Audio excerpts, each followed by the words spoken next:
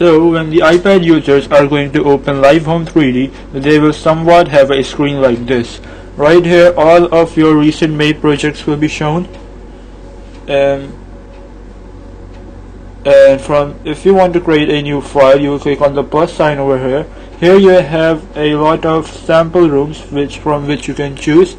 There are a lot of them, so yeah, you can choose from any of them, or you can just simply create a new blank page. So for me, I'm going to choose the 1.50 apartment scale. Here we have a lot of other options: project gallery, hide toolbar, and import explorer, and a lot of that stuff. By clicking this plus sign, we are going to have a room, straight wall, arc wall.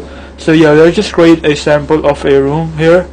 Here we go. Here we have this, and in the second option of this plus sign, we have dimensions, annotations, user camera, and a lot of other stuff, which is going to help you. And here, if we click on this option, we are going to have 3 more options, and the first one is going to be the object library, where you can see a lot of beds, doors, fences, and windows, and all of that, or maybe decoration stuff. The second one is material library, where you can see the paints, wallpapers, the fabrics, and all of that stuff related to designing.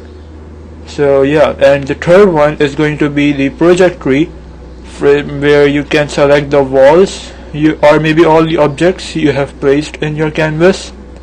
The third option is going to be the properties of the object you have selected. So if you want to adjust the size of that, you can do it easily over here. Increase the height, increase the width, or just change the elevation of that. You can easily do it from here.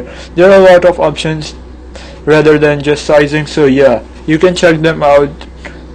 So here, now for the last option, here we have a 3D view of the project you just made, and here we have a 2D elevation mode, and now finally we have a 2D layout mode.